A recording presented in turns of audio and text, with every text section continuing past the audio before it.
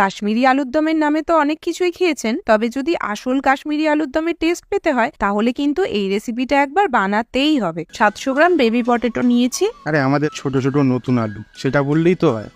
আলুগুলোকে খোসা ছাড়িয়ে জলে ভিজিয়ে রেখেছি যাতে কালো না হয়ে যায়। 130 গ্রাম মতো টক দই ভালো করে ফেটিয়ে নিচ্ছি। ফেটিয়ে এটাকে রেখে দিন। একটি বাটিতে হাফ টিস্পুন হলুদ গুঁড়ো, 1 টেবিল স্পুন কাশ্মীরি লঙ্কা গুঁড়ো, 1 টিস্পুন গুঁড়ো আদা, এটাকে সল্ট পাউডারও বলে অনেকে, আর হাফ টিস্পুন মৌরি গুঁড়ো, অল্প নুন আর একটু জল দিয়ে একটা পেস্টের মতো বানিয়ে নেব। কড়াতে বেশি করে তেল গরম করতে দিলাম। তেল গরম হলে আলুগুলো ছেড়ে দিন। পারলে আলুগুলো শুকনো করে মুছে নেবেন, তাহলে আপনাকেই গরম গরম তেল ছুঁড়ে মারবে। অল্প নুন দিলাম। হালকা আছে অনেকক্ষণ ভাজলে আলু অলমোস্ট 80% এখানেই সেদ্ধ হয়ে যাবে। তারপর আলু তুলে রাখছি অন্য পাত্রে। এই সময় তেল বেশি থাকলে তেলটা একটু কমিয়ে নিন। ওই তেলেই একটা বড় এলাচ, হাফ টিস্পুন সাজিরে, 2 শুকনো লঙ্কা, নাক চালিয়ে দিলে তবু। ফোড়নের গন্ধ উঠলে বানানো মশলার পেস্টটা দিয়ে দেবো। আঁচ কমিয়ে মশলাটা কষাবেন, না হলে পুড়ে যেতে পারে। মশলার বাটি ধুয়ে একটু জল দিলাম। 1 চিমটে হিং দিয়ে 1 মিনিট নাড়াচাড়া করে নিচ্ছি। এবার আঁচ কমিয়ে বা নিভিয়ে দিয়ে দইটা অ্যাড করুন।